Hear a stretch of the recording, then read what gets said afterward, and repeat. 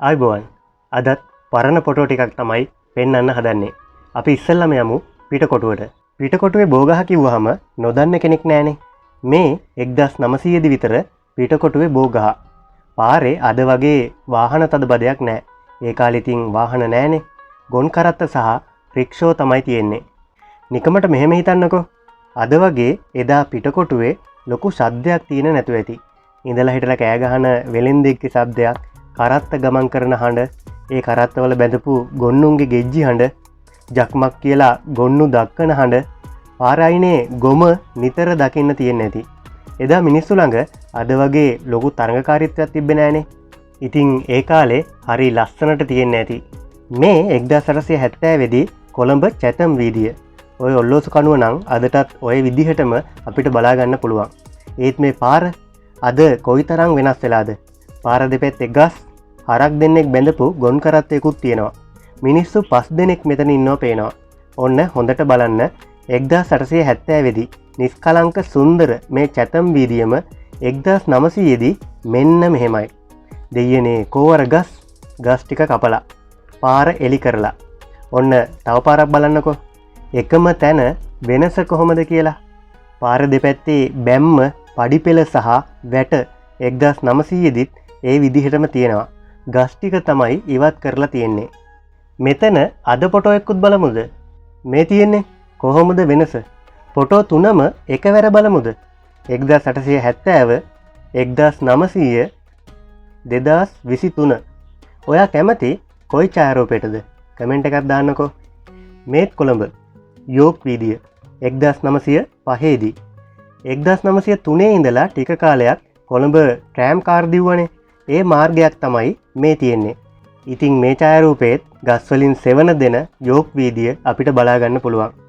එහෙට මෙහෙට ගමන් කරන මිනිස්සු තරමක් කාර්ය බහුලයි වගේ පේන්නේ. ගොන් කරත්ත දෙක තුනක් දකින්නත් පුළුවන්. 1905 ඡායාරූපයක් ඉඳලා මේ ඉන්න මිනිස්සු නම් අද ජීවතුන් අතර නැතුවත් ඇති නේද? මේ ඡායාරූපය හොඳට බලන්නකෝ. මේ කොළඹ ප්‍රධාන වීදිය 1880 දී. හිතා ගන්නවත් බෑ නේද? ඒ කාලේ කොළඹ ලොකු වනගනත්වයක් තිබිලා තියෙනවා. ගස්වලින් වැහුණ ප්‍රධාන වීදිය. පාර දෙපැත්තේ පොල්ලතු වැටවල්. කලබලයක් නැති සැහැල්ලු මිනිස්සු. ඒගොල්ලන්ගේ ඇඳුම් පැළඳුම් බලන්නකෝ. 1880 දී. මේක බලද්දි හිතෙන්නේ 1880 දී කොළඹ නිකන් ගමක් වගේ තියෙන්නේ නැති කියලා. නේද? බම්බලපිටිය අද කොයිතරම් කාර්යබහුලද?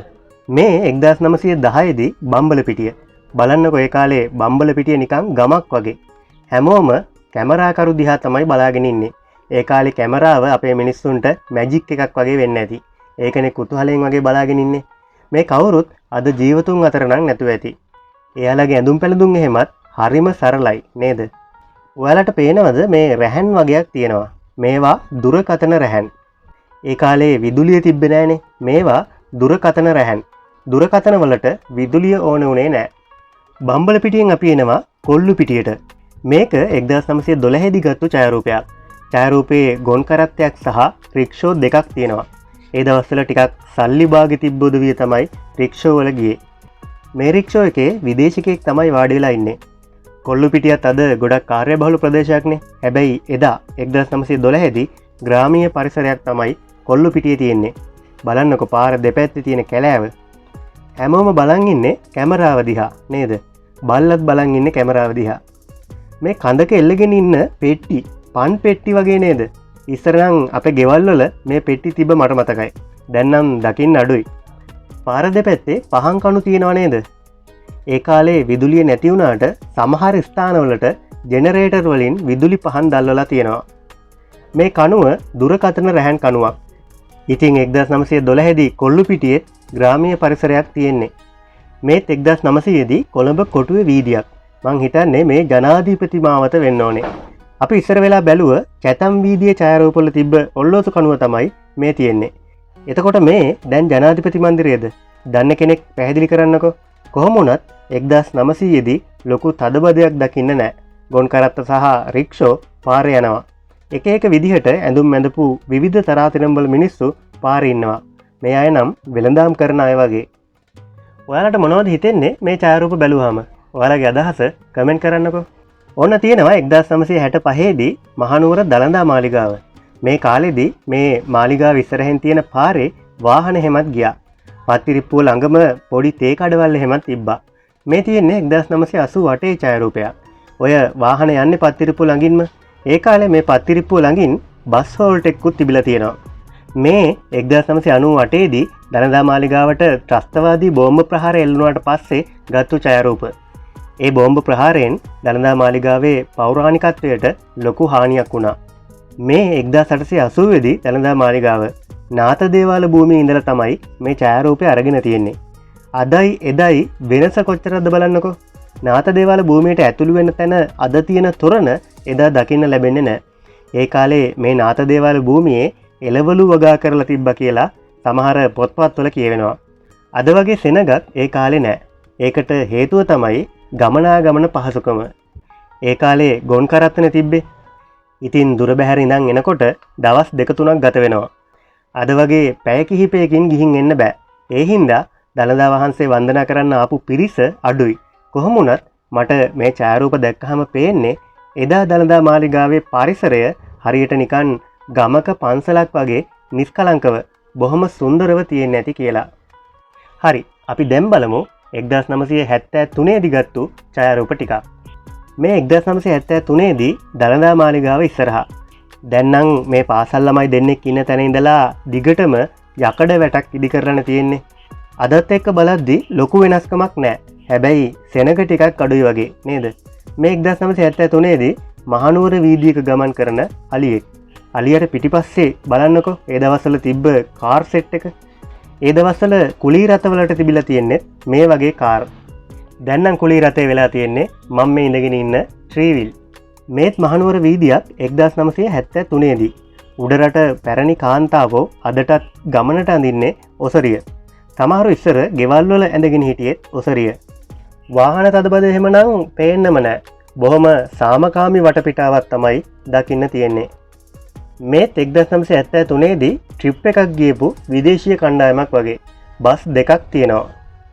මෙතන නාන්නේ ලංකාවේ අය වෙන්න ඕනේ. මේ තැන කොහෙද? මට නම් හිතෙන්නේ මහනුවර මයංගන වංගු 18 මාර්ගයේ තැනක් වෙන්න ඇති කියලා. ඔයාලට හිතෙන්නේ කොහේ කියලාද? මේ කඩුගන්නාවේදී සුද්දා ගල විදපු තැන 1865 දී. ඒ කියන්නේ මේ කොළඹ නුවර මාර්ගය. ඒ දවස්වල ඉතින් මේ පාරේ ගමන් කළේ කරත්ත තමයි. මේ පාරේ යන එන අය වෙන්න ඇති බලාගෙන ඉන්නේ. 1865 දී මේ විදිහට තිබ්බ කඩුගන්නාවේ මේ තැන අද තියෙන්නේ මෙන්න මෙහෙමයි. දැන් නම් මේ උමගෙන් වාහන ගමන් කරන්න දෙන්නේ නැහැ. සංරක්ෂණය කරලා තියෙන්නේ.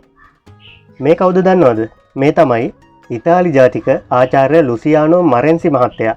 1967 10/15 වෙනිදා යම්කිසි පුද්ගලයෙක් විසින් සීගිරි බිතු සිතුවම් වලට තීන්ත ප්‍රහාරයක් එල්ල කරනවා.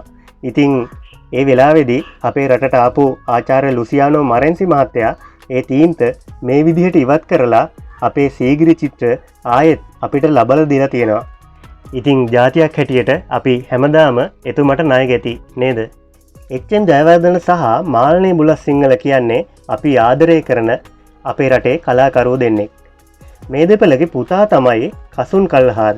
අපි එතුමගේ ගීතවලටත් ගොඩක් ආදරේ. මාල්නී බුලත්සිංහල මහත්මියගේ ගීත ඉදිරියටත් ගයන්න ඇයට දුවක් හිටියනම්. ඔව් හිටියා. කසුන් කල්හාරට නංගි කෙනෙක් හිටියා. ඒ තමයි නිර්මාණි ඡායා ජයවර්ධන. අපේ අවාසනාවට ඇය ඩෙංගු රෝගය වැළඳීමෙන් මිය යනවා වයස අවුරුදු 3 දී. අපරාධ නේද? එයා අදත් හිටියනම්. ඔන්න 1965 දී මහනුවර මාකට් එක. ඒ දවස්වල ඉතින් මේක කැන්ඩි සිටි සෙන්ටර් එක වගේ තියෙන්නේ නැති. ඒක නෙවෙයි. ඔය ඉස්සරහා තියෙන කාර් පේනවද? දැන් ටැක්සිය ත්‍රිවිල් එක වුණාට 1965 දී ලංකාවේ තිබ්බ ටැක්සිය තමයි ඔය. 1982 දී කොළඹ නගරයේ ජංගම වෙළඳසැල පවත්වාගෙන යන පැරණි මෝටර් රථයක් තමයි මේ. පාරේ තියෙන අනිත් වාහනත් අද කාලෙත් එක්ක බලද්දි පරණ වාහන තමයි නේද? මිනිස්සු කාර් එක වටේට වට වෙලා තේ බොනවා. මේ කාර් එකේ වර්ගය මොකක්ද කියලා දන්න කෙනෙක් කියන්නකෝ. මෙන්න තියෙනවා ටෙලිග්‍රෑම් එකක්. අප්පච්චි ආන්ත්‍රා වුණා. බෝමදානේ 27. තිස්ස දේදුණු පිටිය. ඉස්සර හදිසි පණිවිඩයක් ඇව්වේ මෙන්න මේ විදිහට විදුලි පණිවිඩයකින්. හැමෝගෙම අත්වලට දුරකථන ආවට පස්සේ විදුලි පණිවිඩය අභාවයට ගියා. හරි, එහෙනම් අපි ගිහිල්ලා එන්න. ආයෙත් මේ වගේ තවත් වීඩියෝ එකකින් හම්බෙමු. තෙරුවන් සරණයි.